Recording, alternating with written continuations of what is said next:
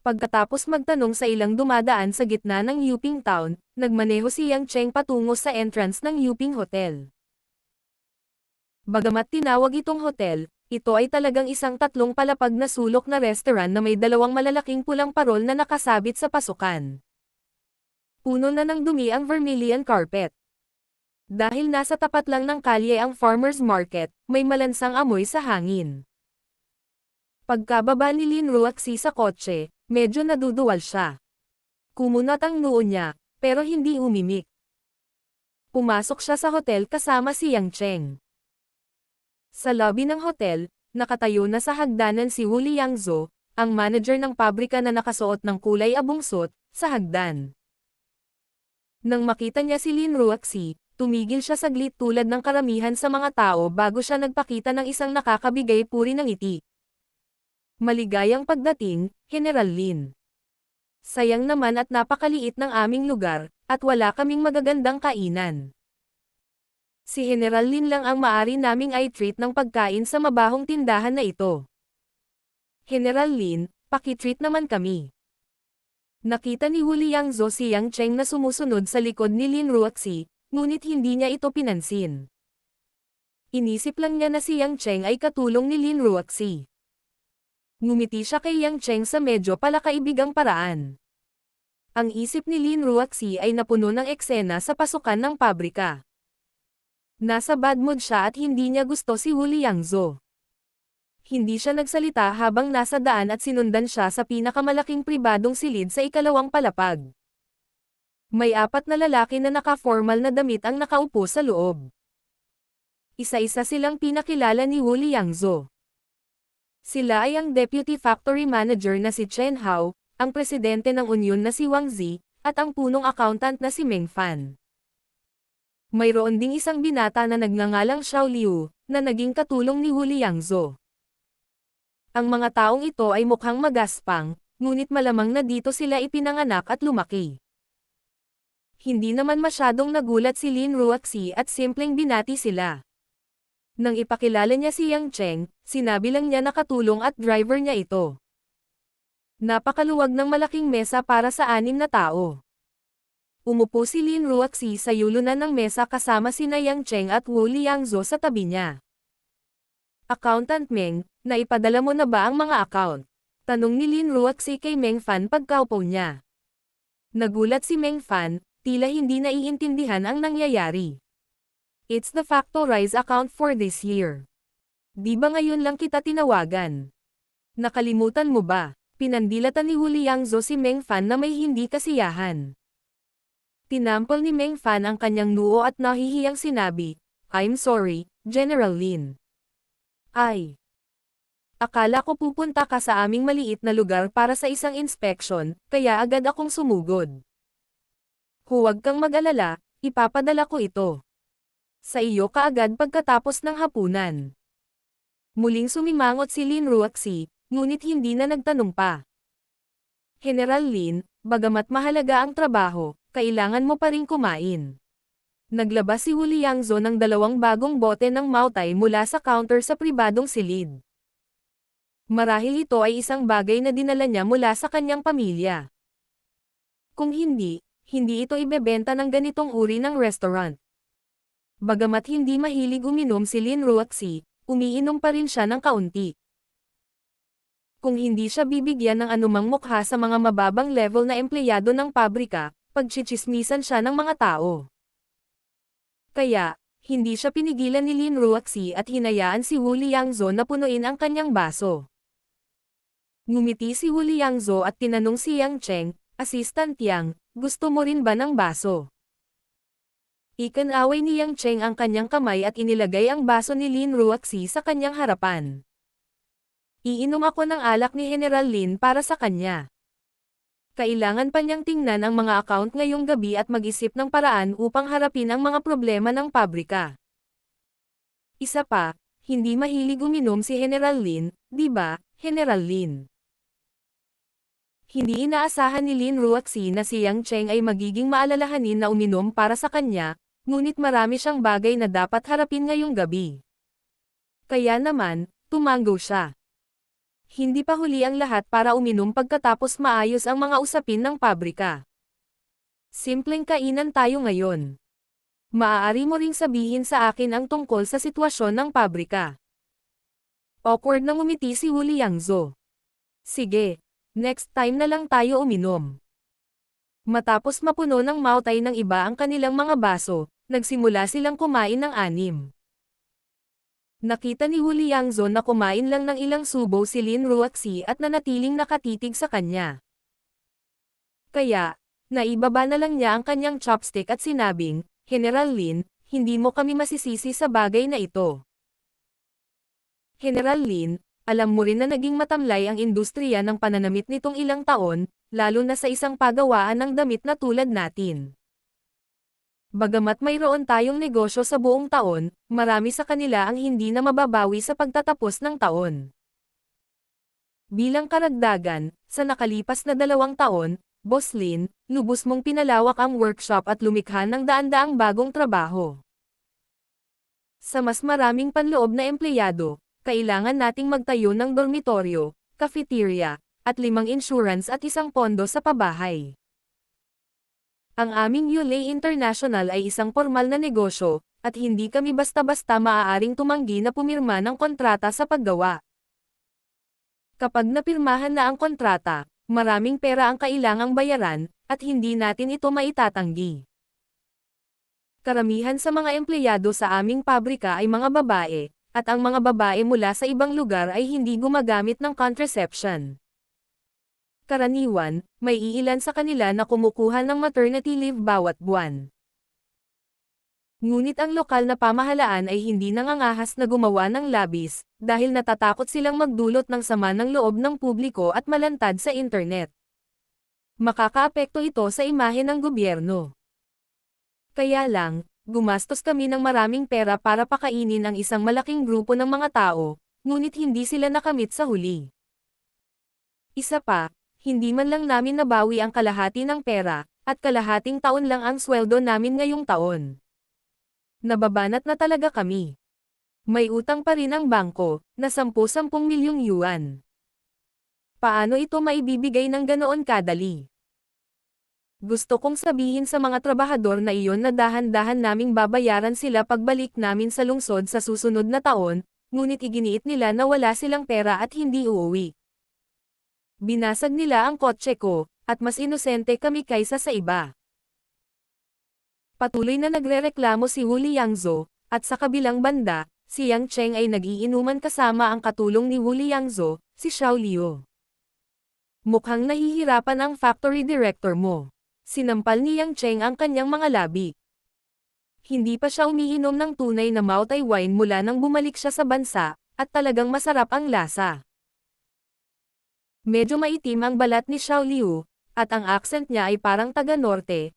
Tama, itong mga bastard na ito, 20,000 yuan lang ang utang nila, at nagkakagulo sila. Kung gusto nilang ipagdiwang ang bagong taon, kami kailangan din. Nagpipigil ng tawa si Yang Cheng at tumanggo, may katuturan ang sinabi mo. Tumawa si Xiao Liu, pagkatapos ay biglang may naisip at nagtanong, Assistant Yang, ano ang nararamdaman mo ngayon? Anong ibig mong sabihin? Nakangiting tanong ni Yang Cheng. Hindi ka ba komportable? Medyo nakangiting sabi ni Xiao Liu. Pinunasan ni Yang Cheng ang kanyang mga templo, pakiramdam ko ay medyo mataas ang nilalaman ng alkohol, bakit ako nahihilo at gustong matulog? Hoy, Assistant Yang, kung nahihilo ka, matulog ka muna, ayos lang. Ngumisi si Xiao Liu na may pagmamalaki sa kanyang mukha. Matapos makinig sa mahabang talumpati ni Wu Liangzo, ang mukha ni Lin Ruoxi ay kasing lamig ng yelo, at ang kanyang titig ay maaaring mag-freeze ng mga tao sa mga ice cube.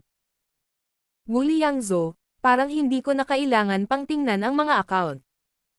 Sa tingin mo ba tanga ako, o talagang napakatalino mo? Ito ang lahat ng normal na gastusin sa mga operasyon ng pabrika. Kung hindi nila makolekta ang natitirang bayad, hindi ba sila natatakot na mademanda at mapipilitang mag-default? Ang pagpapaunlad ng pabrika ay pinlano ko sa simula ng taon, at ito ay lampas sa budget. Kung ito lang, magkakaroon ng deficit. Don't tell me na ginamit mo lahat ng perang binigay ko sa'yo pambili ng milk powder para sa mga anak ng babaeng trabahador. Ngumisi si Lin Ruoxi. Nanlamig ang mukha ni Wu Liangzo. Ang lahat ng kanyang mga salita ay naging mapatla at walang kapangyarihan sa ilalim ng mapanuksong tingin ni Lin Ruoxi. Sa sandaling ito, lumiwanag ang mukha ni Wu Liangzo, at itinuro niya si Yang Cheng na nasa tabi ni Lin Ruoxi. General Lin, tingnan mo, mukhang hindi maganda ang pakiramdam ni Assistant Yang. Natigilan si Lin Ruoxi, lumingon siya at nakita na si Yang Cheng ay talagang nakahiga sa mesa, natutulog ng walang ingay. Yang Cheng. Anong problema? Iniunat ni Lin Ruoxi ang kanyang kamay at itinulak ang braso ni Yang Cheng. Ngunit hindi nag-react si Yang Cheng, na parang hindi siya natutulog, ngunit nasa isang estado ng kawalan ng malay. Sa katutubo, naramdaman ni Lin Ruoxi na may mali. Nilinggan niya ang kanyang ulo at muling tumingin kay Wu Liangzo. At gaya ng inaasahan, nagbago ito sa mapaglarong ekspresyon, na para bang tumitingin siya sa ilang diluted na koleksyon, walang prinsipyong sinusukat siya. Ang mapang-akit na tingin ni Wu Liangzo ay agad na naunawaan ni Lin Ruoxi kung ano ang nangyayari. Malinaw na nadroga si Yang Chen. Ito ay isang bitag na matagal nang naitakda. Si Xiao Liu, nakaka-toast lang ni Yang Cheng, ay lumakad din papunta sa pintuan ng pribadong silid at nagbantay doon, na hamarang sa daan ni Lin Ruoxi. Para naman sa dalawa pang bise-direktor at presidente ng Unyon. Nagsiwalat din sila ng mapang-akit na ekspresyon na hindi tumutugma sa kanilang titulo sa trabaho, nasakam na nakatitig sa dibdib at magandang mukha ni Lin Ruoxi. Kuya. Masyadong F***sting beautiful ang babaeng ito. Pwede pa tayong makipaglaro sa ganyan kagandang babae bago tayo umalis, magdadalawang isip ba tayong umalis in the future? Dinilaan ni Meng Fan ang kanyang labi at tumawa. Bakit hindi natin siya itali at tumakbo kasama natin? Kinagat ni Lin Ruoxi ang kanyang mga ngipin at pinandilatan sila, hindi sila mga kadre ng pabrika, di ba? Mula sa kapangitan na ipinakita ng mga taong ito, halatang hindi sila mga intelektual na kayang pamahalaan ang isang malaking pabrika. No wonder nang tanungin niya si Meng Fan kung nai-issue ba ang mga account, parang hindi niya talaga maintindihan, peke pala siyang chief accountant. Na-realize mo lang. Huli na iyon. Tumayo si Wu Liangzo. Inalalayan ang kanyang sarili gamit ang isang kamay sa mesa, at sinukli ang kanyang mga daliri sa kanyang buhok gamit ang isa. Lin Ruoxi, ipinadala mo ang iyong sarili sa akin. Originally, kung may pinadala ka lang, malamang aalis na ako, pero dahil personal kang dumating, hindi na ako magiging magalang. Nanginig ang puso ni Lin Ruoxi. Buong lakas niyang itinulak si Yang Cheng na nakasandal sa tabi niya. Umaasang magising si Yang Cheng, ngunit nang itulak niya ito ng malakas, direktang bumagsak si Yang Cheng sa lupa at nagpatuloy sa pagtulog. Walang silbi, nakadroga siya, matutulog siya kahit isang oras. Ikaw na dapat ang nakahiga, pero huno nahaharanggan ka niya ng alak na parang tanga. Maganda din yan, buti na lang kung isa sa inyo ang bumagsak. Nang makita si Wu Liangzo na papalapit sa kanya, biglang tumayo si Lin Ruoxi at umatras ng 2 hakbang. Tinitigan siya nito ng mapagbantay. Wu Liangzo, kung maglakas loob kang gumawa ng anuman, sisiguraduhin kong gugulin mo ang natitirang bahagi ng iyong buhay sa bilangguan. Haha. Selda ng kulungan. Ngumiti ng masama si Wu Liangzo at sinabing, kapag tapos na ako sa iyo, dadalhin ko ang mga kapatid ko sa ibang bansa para magsaya. Kailan mo kaya ako sasaluhin? Kaya lahat ng pera ay nilustay mo. Sa wakas ay naunawaan ni Lin Ruoxi kung bakit hindi niya mabayaran ang kanyang sweldo, at kung bakit napakaraming tubo ang nawala. Si Wu Liangzo ang gustong tumakas sa bansa gamit ang pera. Bagamat hindi niya alam kung saan siya pupunta, basta't nakarating siya ng walang nakakapansin, napakahirap na mahuli siya muli. Higit pa rito, ang pagtakas ni Wu Liangzhou ay halatang pinag-isipan. Marahil ay nakapaglagay na siya ng pundasyon sa ibang bansa. Sa ganoong pagtakas, napakaliit ng pagkakataong maiuwi siya. Malamig na ngumuso si Wu Liangzhou, kung hindi dahil sa iyo, hindi ko na kailangang makipagsapalaran at tumakas dala ang pera. Lahat ng ito ay dahil sa iyo. Karma. Sa wakas, nahulog ka na sa aking mga kamay. Sa pagtingin sa madilim na mga mata ni Wu Liangzhou sa kanyang harapan, si Lin Ruoxi ay sa wakas ay medyo natakot. Kahit gaano siya kalmado, dalaga pa rin siya. Bihira siyang sumali sa mga sosyal na okasyon. Sa harap ng apat na mabangis na lalaki, ang mga binti ni Lin Ruoxi ay medyo mahina. Anong ginawa ko? Bakit galit na galit ka sa akin? Hindi talaga maintindihan ni Lin Ruoxi kung bakit sinasadya ni Wu Liangzhou na harapin siya. Logically speaking, dahil handa na siyang tumakas, dapat kanina pa siya umalis. Bakit siya nanatili nang marinig niyang darating siya? Ang mga mata ni Wu Liangzhou ay puno ng apoy ng paghihiganti. Ngumisi siya at sinabing, nagpapanggap ka pa ring hindi alam. Pag-isipan mong mabuti. 3 taon na ang nakalilipas, paano mo tinatrato ang aming pamilya? 3 taon na ang nakalipas. Nag-isip sandali si Lin Ruoxi at sumimangot. 3 taon na ang nakalipas, binili ko ang Liangyu garment ng pamilya mo at pinalitan ko ito ng Yuping garment sa ilalim ng aking yulei. Pero dahilan ba iyon para galitin mo ako ng sobra? Asawa. Ano ang alam mo? Umuungal si Wu Liangzhou. Alam mo ba? Ang Liangyu garment making ay itinatag ng ilang kapatid mula sa henerasyon ng aking lolo na nagsumikap sa pagtatayo nito. Mula pa noong bata ako, napanood ko na ang aking lolo at ang aking ama na nagsusumikap para sa pabrika na ito kung kaya't sila ay nagkasakit. Ang gravel road sa pabrika ay ginawa ng aking lolo at ng mga manggagawa. Ang mga puno sa pabrika ay itinanam namin ng aking ama. Ang lahat ay dugo at pawis ng aking pamilya. Nang mamatay ang aking lolo, partikular niyang sinabi sa akin na dapat kong bantayan ng mabuti ang pundasyong ito at huwag hayaang may mangyari dito. Nagsumikap ako ng husto upang hayaan ang pabrika na ito na patuloy na maipasa, upang maging karapat-dapat sa pagsusumikap ng aking 2 henerasyon ng mga ninuno. 3 taon na ang nakalilipas, bumagsak ang ekonomiya. Wala akong choice kundi mangutang ng ilang milyon sa bangko. Nais kong gamitin ang mga pondo upang magpatuloy sa pag-unlad. Pero ikaw ang CEO ng Yulei International. Ginamit mo talaga ang iyong mga koneksyon sa mga pinuno ng lokal na pamahalaan at nakipagsabuatan sa presidente ng bangko para i-pressure ako na bayaran ang utang. Pinilit mo akong isama ang pabrika sa sistema ng pabrika ni Yulei. Saka ka lang titigil. Kung gustong umunlad ni Yulei, bakit hindi ka magtayo ng sarili mong pabrika?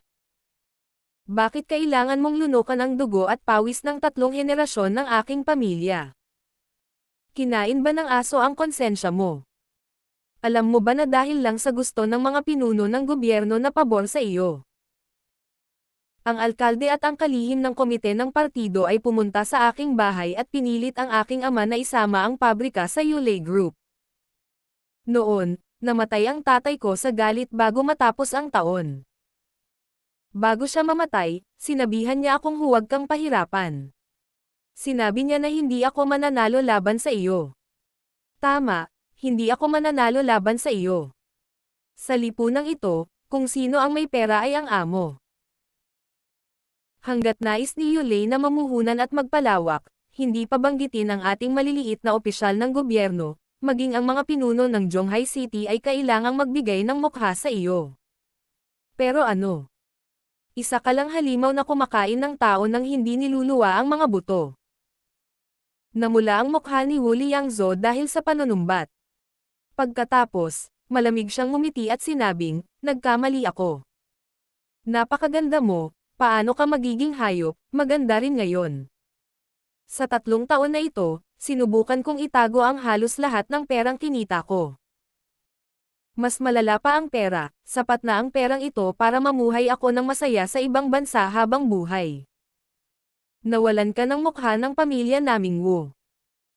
Tulad ng isang nalulunod na aso, maaari lamang kaming gumapang sa ilalim ng iyong mga paa at magtrabaho para sa iyo. Sa huli, kailangan mo pa ring mahulog sa aking mga kamay. Nang marinig ito, kumalma ang pag-iisip ni Lin Ruoxi. Medyo malungkot ang itsura niya. Ang sinabi mo ay hindi kung ano ang iniisip mo, sabi ni Lin Ruoxi, ikinalulungkot ko ang pagkamatay ng iyong ama.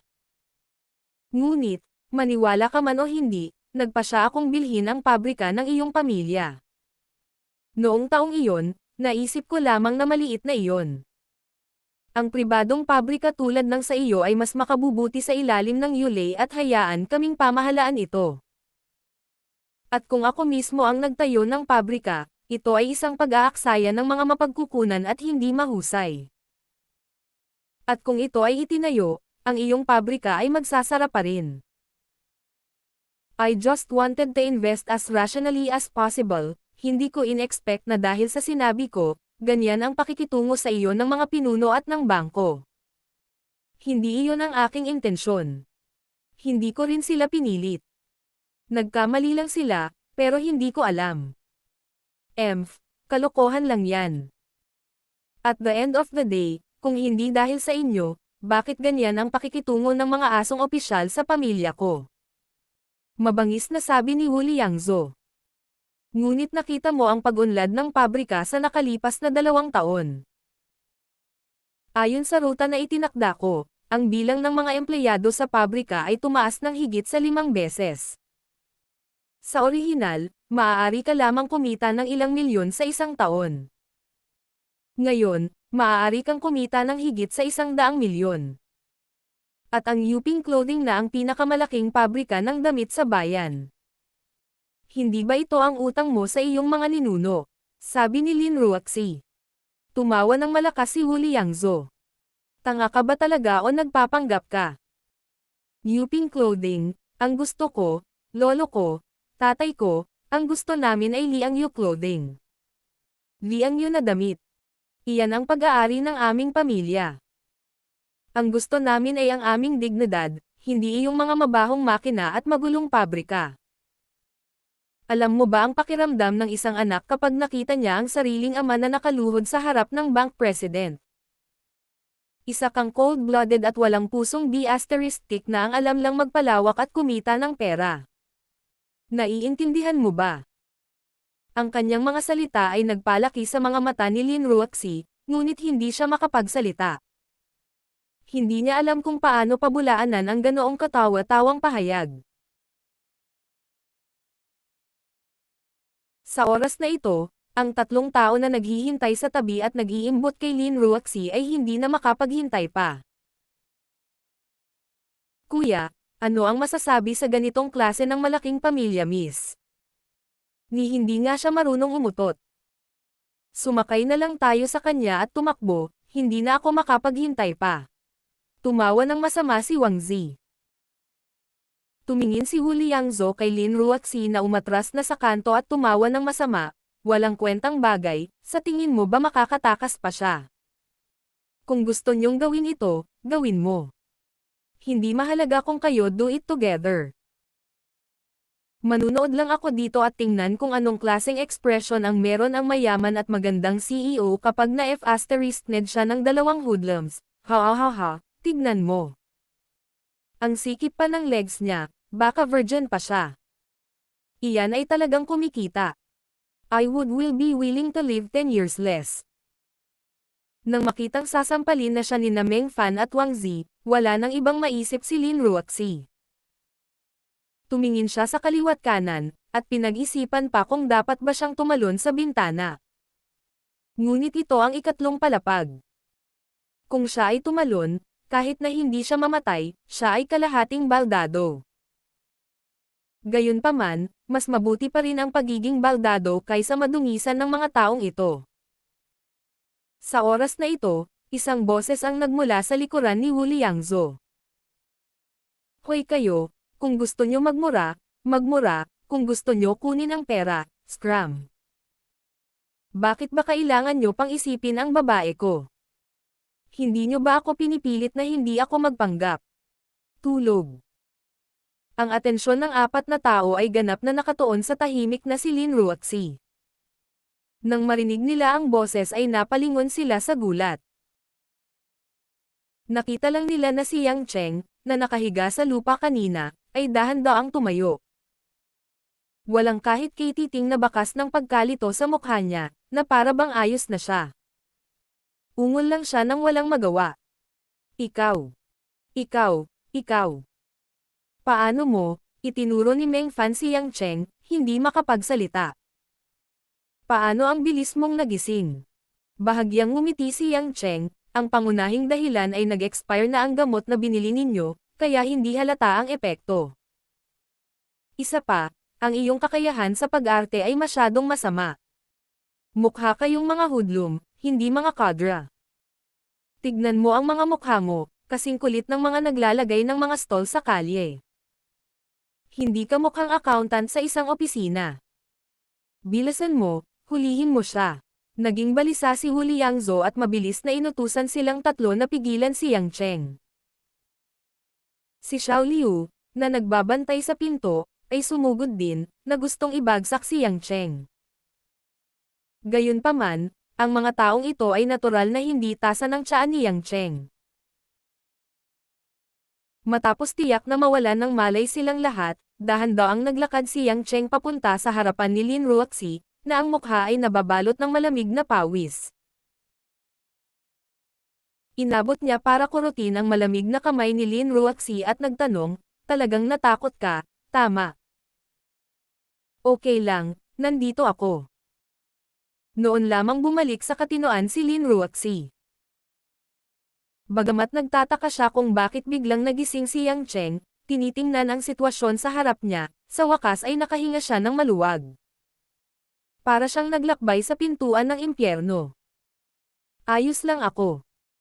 Agad na binawi ni Lin Ruoxi ang kanyang kamay mula sa palad ni Yang Cheng at tumingin kay Yang Cheng na may pagdududa, hindi ka man lang nahimatay. Sinadya mo yun, hindi ba? Dahil alam ni Lin Ruoxi na ang background ni Yang Cheng ay hindi pangkaraniwan at ang kanyang mga kasanayan ay napakabilis at mabangis. Nagtaka rin siya kung paano madaling nadroga si Yang Cheng sa pagkakataong ito. Sa sandaling ito, sa pag-iisip tungkol dito, tinansya niya na siya rin ay niloko niya. Awkward na hinawakan ni Yang Cheng ang likod ng kanyang ulo, gusto ko lang makita kung anong uri ng gamot ang ibinebenta nila sa Lang. Akala ko ay nakakaawa sila, at gusto kong palayain sila at iluwa ang pera.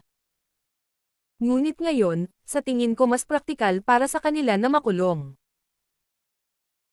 Habang nagsasalita si Yang Cheng, si Hu Liangzhou, na nakakita na ang sitwasyon ay hindi tama, ay tahimik na naglakad papunta sa pinto at gustong magmadaling lumabas.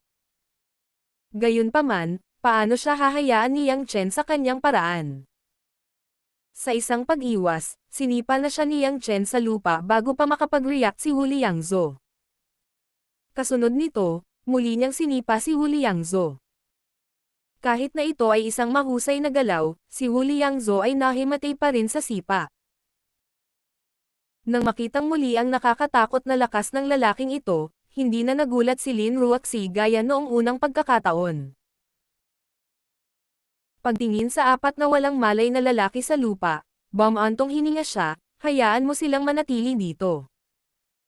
Tatawag ako ng pulis para harapin sila. Tungkol naman sa legal na usapin, ipaubaya na lang kay Lawyer Zhang at Wu Yu. Makalipas ang isang oras. Inalis ng direktor ng lokal na istasyon ng pulisya ang nalulumbay na si Hu Liangzhou at ang tatlo pa sa pamamagitan ng ulat ng pulisya at nagsimulang makipag-ugnayan sa mga nakatataas upang imbestigaha. Ang krimen ni Hu Liangzhou na pangungurakot at maling paggamit ng pampublikong pondo. Si Hu Liangzhou ay, pagkatapos ng lahat, ay hindi isang high-end na kriminal, at ang kanyang kriminal na plano ay mabilis na naimbestigahan. Ang kanyang ruta sa pagtakas ay talagang medyo katawa-tawa. Kumuha lang siya ng malaking halaga at pumasok sa Myanmar mula sa Yunnan Province. Sa isang bansang may kontrol sa militar, lahat ay magagawa gamit ang pera. Bukod dito, hindi siya opisyal ng gobyerno, at hindi makikipag-ayos ang bansa para sa kanyang pagpapauwi. Pagkatapos ng lahat, si Lin Ruaxi ang personal na tumawag sa pulisya, at ito ay isang malaking bagay para sa mga nakatataas sa Yuping Town. Pagkatapos ng lahat, bukod sa Yuping Clothing, ang Yulei International ay mayroong 3 hanggang 4 na iba pang kumpanya na nakaset up sa Yuping Town, at ang mga kita sa ekonomiya na kanilang dinala ay hindi maihahambing na kahanga-hanga. Paano sila mangangahas na pabayaan ang diyosa ng kayamanan na ito? Bandang alas 8 ng gabi, sa wakas ay nakita ni Lin Ruaxi ang tunay na pangunahing executive ng Yuping Clothing. Ang mga taong ito ay masasabing umiiyak at pinapagalitan ang manager ng pabrika, si Wu Liangzhou, dahil sa pananakot sa kanila ng puwersa na ilihim ang mga maruruming gawaing ito. Umaasa din sila na patawarin sila ni Lin Ruaxi at payagan silang magpatuloy sa pagtatrabaho sa pabrika. Gayunpaman, hindi sumang-ayon si Lin Ruaxi dito. Sa halip, pinaalis niya ang mga pangunahing executive ng walang sinasabi, at ganap na binago ang pamamahala ng pabrika. Naunawaan din ni Yang Cheng ang kanyang intensyon. Kung tutuusin, kung ang mga taong ito ay hindi man lang nang ahas na magpakita ng kanilang mga mukha at tumugon sa gayong mahalagang iskandalo ng pribado, tiyak na hindi ito kasing simple ng pananakot sa kanila ng puwersa.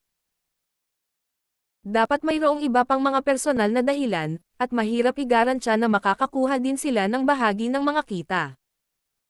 Sa makatuwid, ito ay kinakailangan upang mapupuksa ang mga ito ng direkta. Nang maayos na ang lahat, halos alas 10 na ng gabi. Ang natitirang follow-up na gawain, kabilang ang muling pagsasaayos ng pabrika at ang pagbabayad ng sahod, ay hindi isang bagay na maaaring gawin sa isang araw o dalawa. Nang maupo si Lin Ruaxi sa kotse ni Yang Cheng, mukhang medyo pagod, madaling maramdaman ni Yang Cheng na may makapal at madilim na ulap na nakapalibot sa kanya na hindi maaaring ikalat. Uuwi ka ba? Mahinang tugon ni Lin Ruaxi, at pagkatapos ay wala ng ingay. Tahimik siyang nakaupo sa passenger seat, parang ice sculpture, sobrang lamig na para bang hindi siya makahinga. Dahil gabi na, makinis ang daan. Walang gaanong pedestrian at sasakyan, kaya mas bumilis pa ang pagmamaneho ni Yang Cheng. Gayunpaman, hindi hiniling ni Lin Ruaxi kay Yang Cheng na bumagal tulad ng dati. Sa halip, umupo siya roon ng walang ingay. Tumingin sa kanya si Yang Cheng at nagtanong, iniisip mo pa rin ba ang sinabi ni Wu Liangzhou kanina?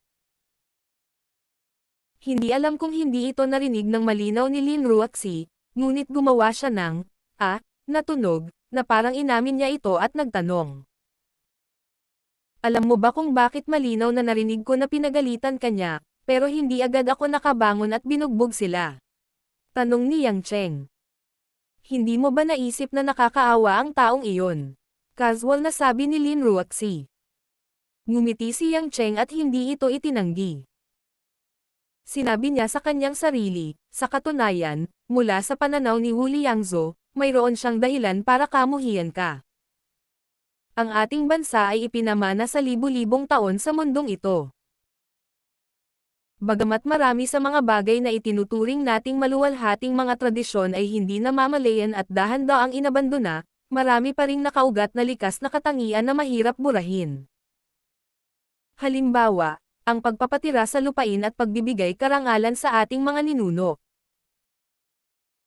Maraming beses, kapag ang mga tao mula sa mga kapitalistang bansa, tulad ng mga Amerikano, ay dumating sa ating bansa, mararamdaman nila na ang mga tao dito ay lalong makatao. Ito ay dahil mayroon tayong sariling mga bagay na maingat nating sinusunod, tulad ng ating pamilya, ating ancestral home, ating bayan. Ang mga bagay na ito ay hindi gaanong mahalaga sa mga mauunlad na bansa. Maraming tao ang hindi magkakaroon ng sariling bahay sa kanilang buhay, lalo pa ang isang pabrika tulad ng 3 henerasyon ni Wu Liangzhou. May mga bagay na mas mahalaga kaysa pera. Kaya nung time na yon, naramdaman ko na hindi big deal sa'yo ang pagagalitin kanya ng ilang beses.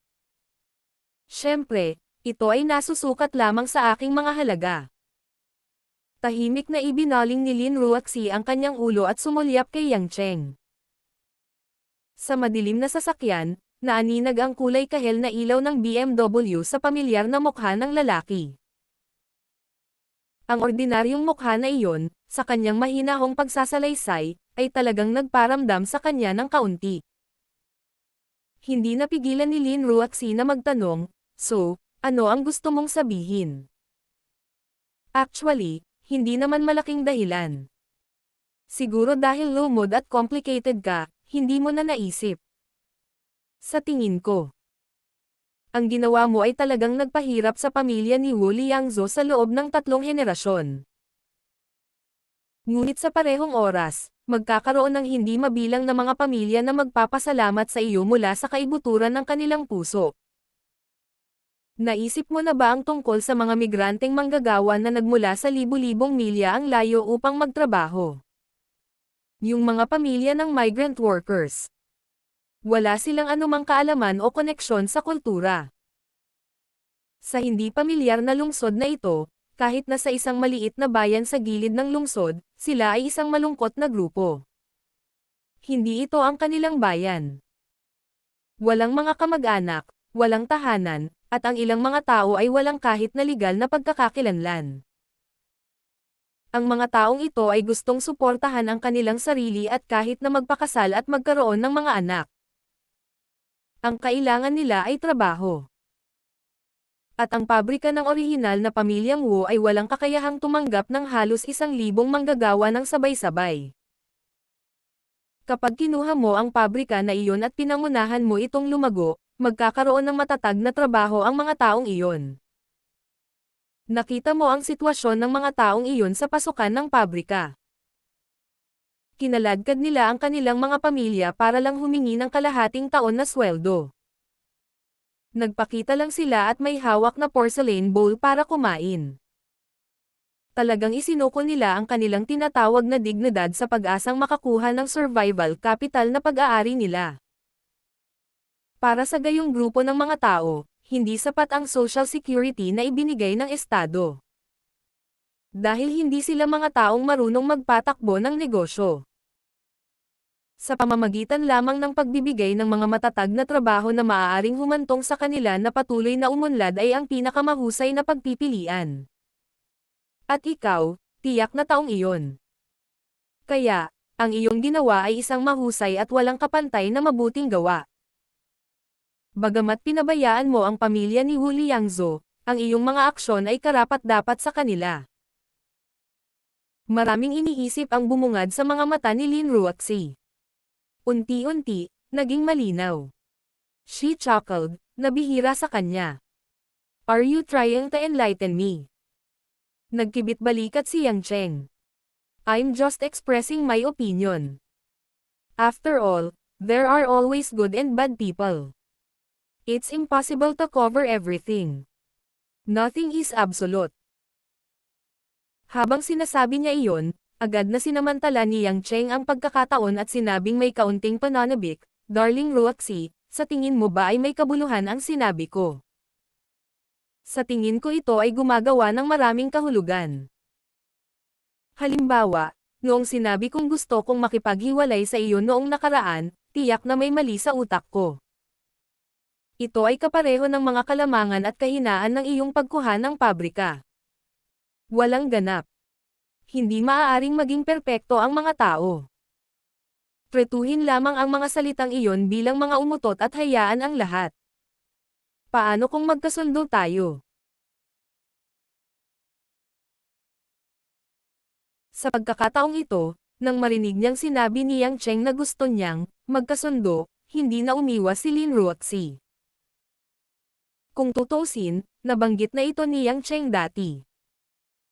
Gayunpaman, tinitigan ni Lin Ruaxi si Yang Cheng saglit at nagtanong, "Ganun ba? Dahil sinabi mo na walang ganap at laging nagkakamali ang mga tao, Paano kung pagkatapos kong pumayag at muli kang lumapit sa akin at sabihin na ikaw? Natatakot ba akong panoorin akong mamatay? Kailangan ko bang makinig sa iyo na nagsasabing walang ganap, muli? Ito. Paano iyon? Walang ganap, sinabi mo. Inosenteng sabi ni Lin Ruoxi. Ah. Sumimangot si Yang Cheng at lumalabas ang malamig na pawis sa kanyang noo. Bakit pakiramdam niya ay naghukay siya ng hukay para sa kanyang sarili? Pinandilatan ni Lin Ruoxi si Yang Cheng, pag-isipan mong mabuti bago mo ako kausapin. Hindi ako basura na walang gusto. Maaari mo akong kunin at itapon kung gusto mo. Kahit ayaw mong makipaghiwalay, baka hindi ako pumayag. Kailangan mong pag-isipang mabuti ito. Mapait ang hitsura ni Yang Cheng, hindi na kailangan, mahal, napakapamilyar natin sa isa't isa. Maging ang address ng ating bahay ay pareho, at nakatira tayo sa iisang palapag. Napakalupit mo pa rin. Bahay ko yan, galit na sinabi ni Lin Ruoxi, walang ganap. Baka isang araw kapag maganda ang mood ko, hindi ako magiging malupit. Ngayon, malupit ako. Iyan ang itinuro mo sa akin. Pagkatapos magsalita ni Lin Ruoxi, lumingon siya at hindi na pinansin si Yang Cheng. Nakasimangot si Yang Cheng habang nasa daan. Ang gulo ng isip niya. Walang kamalay-malay, ang kotse ay nagmaneho sa downtown Zhonghai. Nang makita niya ang mga maliliwanag na ilaw at matataas na gusali sa paligid, bumalik si Yang Cheng sa kanyang katinoan. Sa level niya, instinct lang ang pagmamaneho. Kahit na iniisip niya ang tungkol sa iba pang mga bagay, ito ay ligtas. Habang dumaan ang sasakyan sa business district, biglang may naisip si Yang Chen. Bagamat may sasakyan siya para sa hapunan, hindi siya nakakain ng marami bago siya nawalan ng malay, habang umaarte kasama ang 4 na kasama. Hanggang ngayon parang walang laman ang tiyan niya. Hindi banggitin si Lin Ruoxi na hindi man lang kumain ng ilang subo ng malamig na pinggan. Pagtingin ko sa oras, 10:30 na ng gabi. Maraming mga restaurant ang bukas, ngunit sila ay medyo desyerto. Ang pag-uwi upang kumain ay tiyak na hindi isang pagpipilian. Kahit napayag si Mother Wang, nag-atubili si Yang Cheng na tumayo siya at magluto. Sa makatuwid, pinaandar niya ang kotse ng direkta sa isang paradahan sa ilalim ng lupa. Nang makita ito, nagtanong si Lin Ruoxi, bakit mo inihinto ang sasakyan? Siyempre para kumain.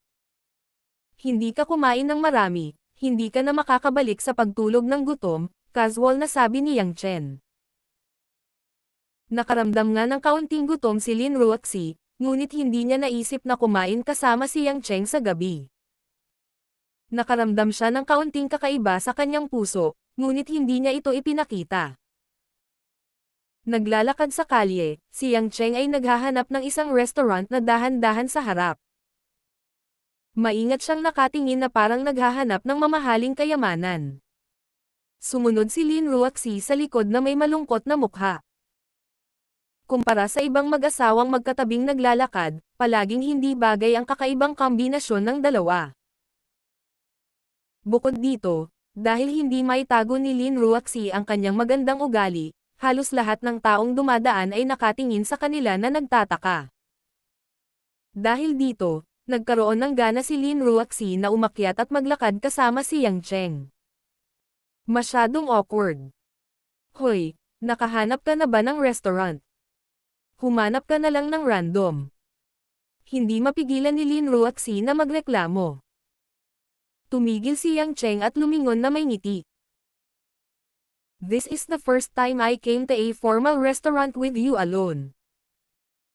Kailangan kong pumili ng mabuti para may maitago akong magandang souvenir. Natigilan si Lin Ruoxi. Hindi niya inaasahan na sasabihin ito ni Yang Cheng. Isang formal na restaurant. Naalala lang ni Lin Ruoxi na mahigit kalahating taon na ang nakalipas mula noong una silang nagkita. Hindi sila nagkakasundo sa lahat ng oras, pero madalas pa rin silang nagkikita. Sa loob ng mahabang panahon, silang dalawa, na legal na mag-asawa, ay talagang hindi nag-iisa ng formal na pagkain.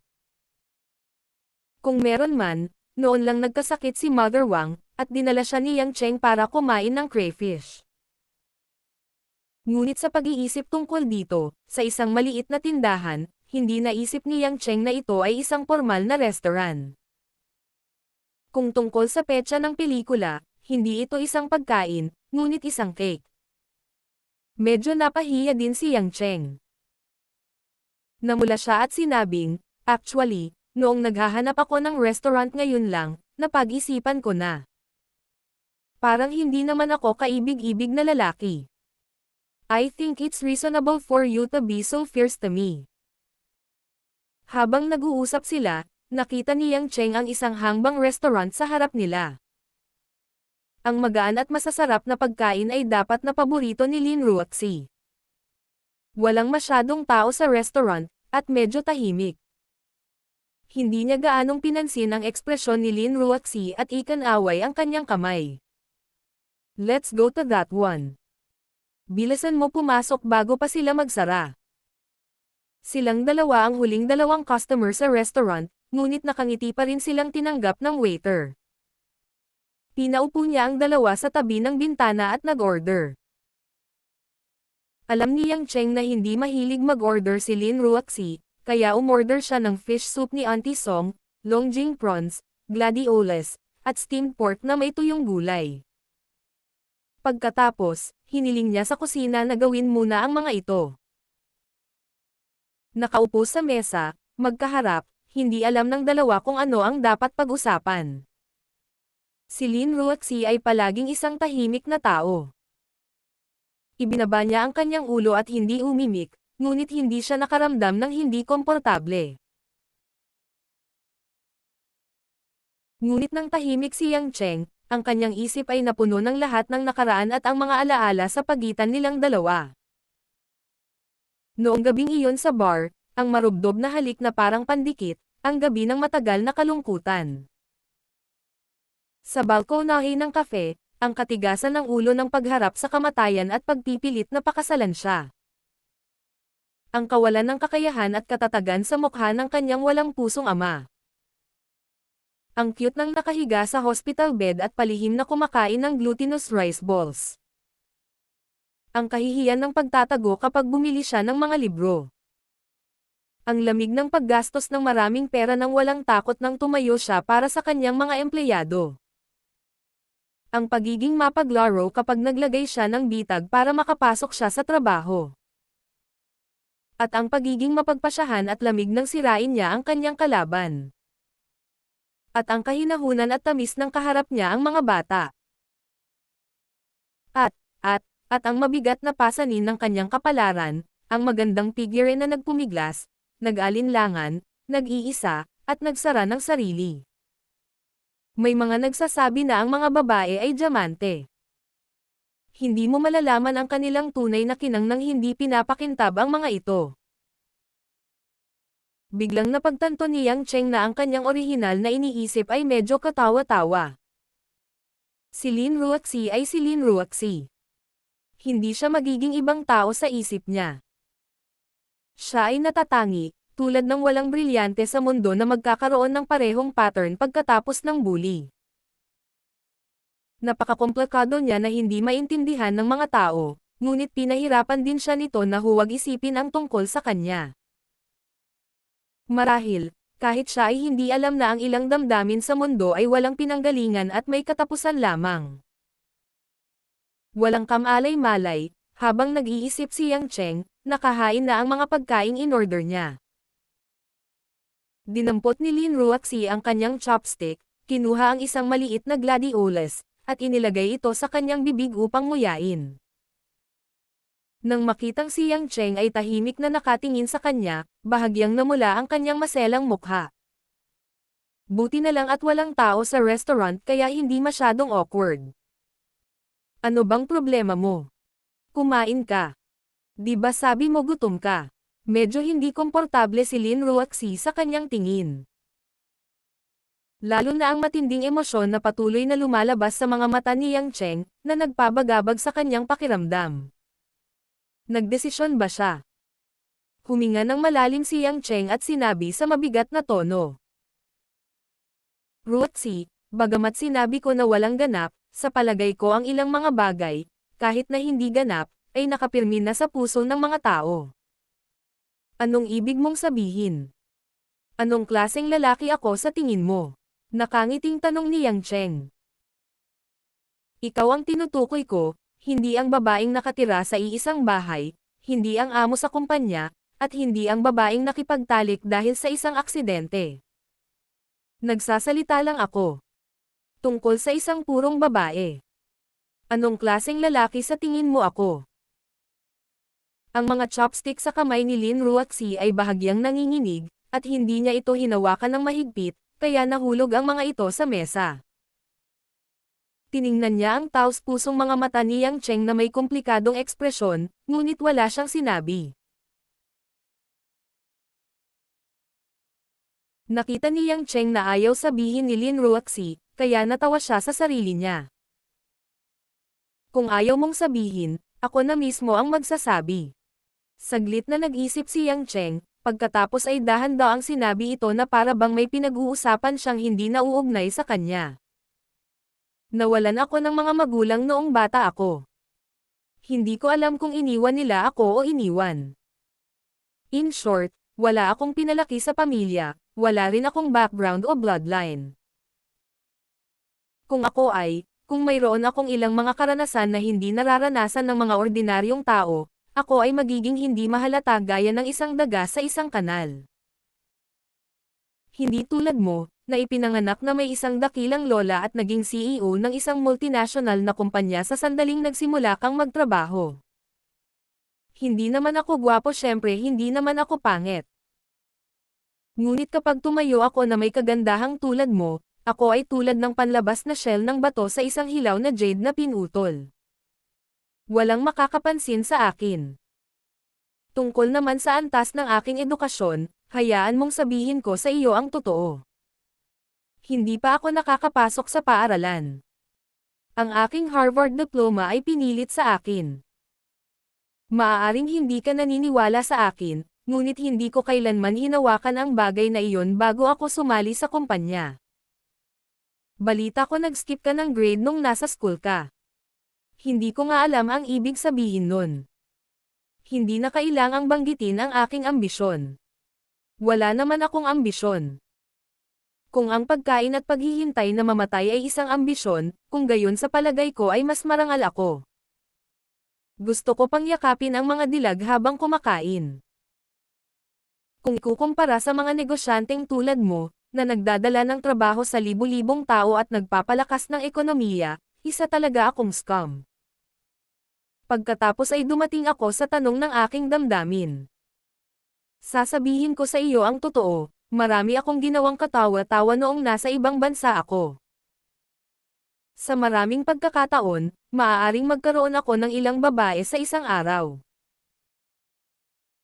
Sa ilang mga pagkakataon, magkakaroon ako ng maraming babae sa paligid ko.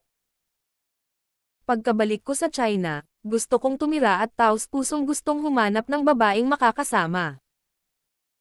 Pero hindi ko akalain na makikilala kita at ang iba pang babae na hindi ko kayang pigilan. Napaka-soft-hearted kong tao, pero napaka-inutil ko rin. Hindi ko talaga sila tatanggihan. Bagamat may libu-libong dahilan, sa tingin ko ay dahil masyado akong makasarili. Gusto ko ang bawat isa sa kanila, kaya hindi ako handang iwanan ang alinman sa kanila. Sa nakalipas na 6 na buwan, gumawa ako ng mga bagay na tiyak na hahamakin at isusumpa ng maraming lalaki. May asawa akong tulad mo sa tabi ko, pero pumunta pa rin ako at nakikipaglokohan sa ibang babae. Ito ay tiyak na hindi dahil sa aking mga pisikal na pangangailangan. Hindi ako ang uri ng tao na hindi makontrol ang aking pagkauhaw. Ito ay dahil lamang sa ako ay promiscuous at nakakahiya. Marami talaga akong pagkukulang. Wala akong pera, at sahod ko ikaw ang nagbabayad. Wala akong sasakyan o bahay. Binigay mo ang sasakyan at bahay ko. Bilang karagdagan, palagi kong iniisip ang tungkol sa pagpapabeya. Siguro dahil sa sobrang abala ko noon, pero ngayon gusto ko nang magpahinga at maglaro. Ayaw kong gumawa ng seryosong bagay. Ang mas malamang na magparamdam sa iyo na walang kahihiyan ay ang hindi ko iniisip na ang aking buhay ay masama. Ganito ang buhay ko. Hindi ako nananakit ng iba.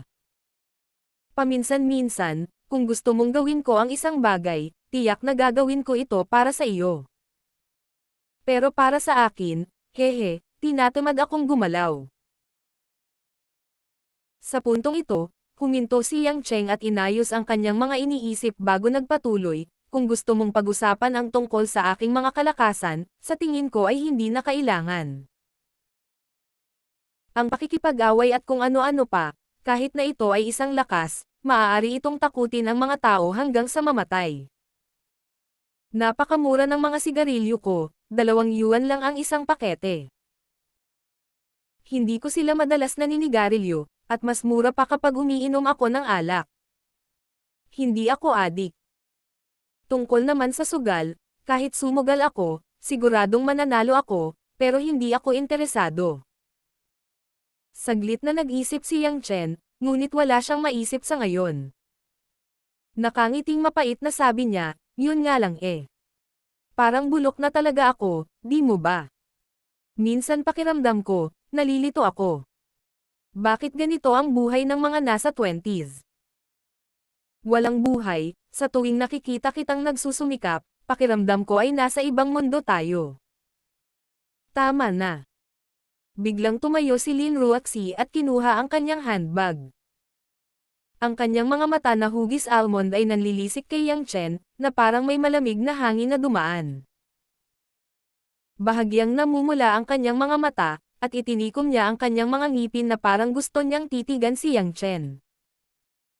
Dahil sa galit at pagkabalisa, bahagyang nanginginig ang mga kamay ni Lin Ruaxi. Yang Chen, ang dami mong sinabi tungkol sa sarili mo. Hindi mo ba sinusubukang sabihin sa akin na ikaw at ako ay dalawang magkaibang tao? Natiyak na isang pagkakamali na ako ang makasama. Hindi mo na kailangang magpaliwanag ng marami sa akin. Dahil pinag-isipan mo na ito ng mabuti, at isa kang bulok na tao, kaya hindi na kita huhusgahan. Tama ka, walang ganap, ngunit may ilang mga bagay na napagpasyahan na natin sa ating mga puso. Hindi tayo bagay sa isa't isa, kaya dapat umalis na tayo. Hindi mo kailangang maging napakatagal. Alam mong abala ako, at wala akong panahon para pag-usapan ang mga baluktot na paraan na ito sa iyo. Pagkatapos sabihin iyon, galit na tumalikod si Lin Ruaxi at papaalis na sana sa restaurant. Ngunit sa sandaling umalis siya, hindi niya napigil ang umiyak.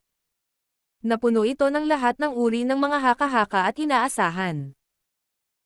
Matapos maranasan ang lahat ng uri ng pagkabalisa, saya, at pagkawala ngayon, ganoon pa rin ang resulta. Dahil magpapalam na sila sa huli, bakit nila siya hinanap? Mabilis na lumabas si Lin Ruaxi sa restaurant at pumunta sa kalye. Pilit niyang pinipigilan ang mga luha niya, ngunit kahit anong pilit niya ay hindi niya mapunasan. Sa ilalim ng tabing ng gabi, ang mga ilaw sa kalye ay parang mga patak ng ulan, at ang hanging hilaga ay madilim.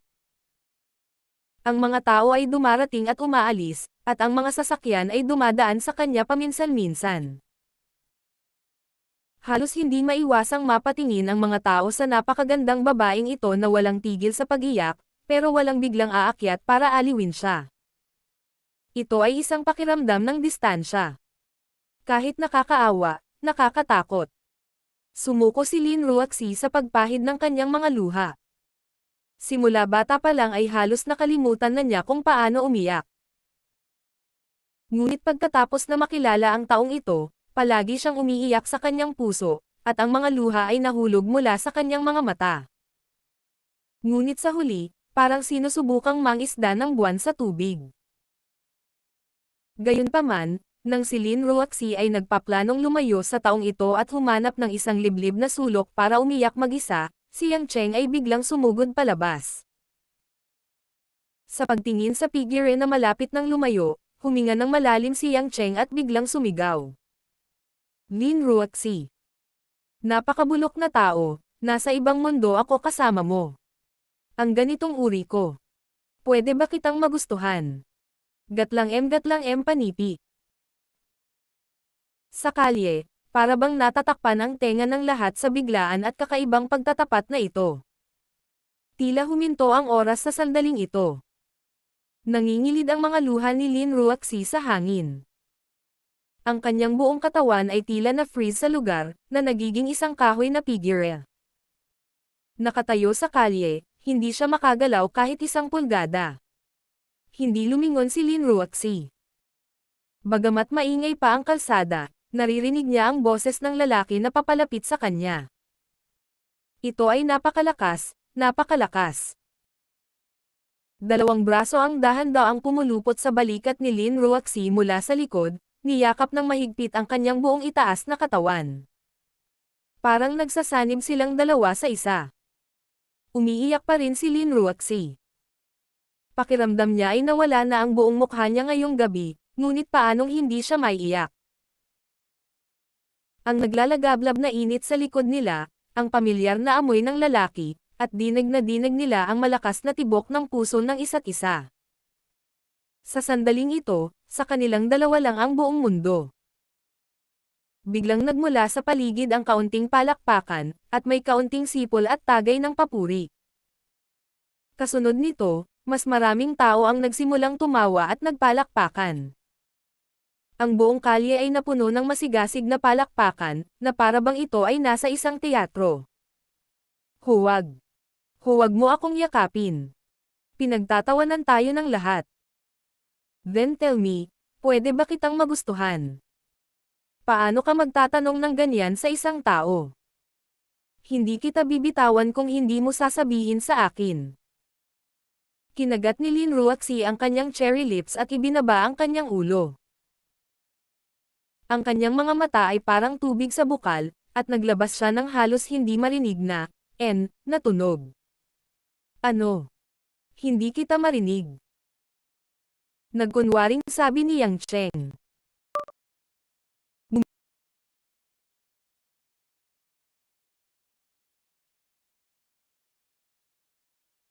Ngumisi si Lin Ruaxi. Pag ginawa mo ulit to, magagalit ako. Walang magawang ngumiti si Yang Cheng at binitawan ang kanyang kamay. Inikat niya si Lin Ruaxi at ipinahid ang kanyang mga kamay sa malambot nitong mukha. Got it.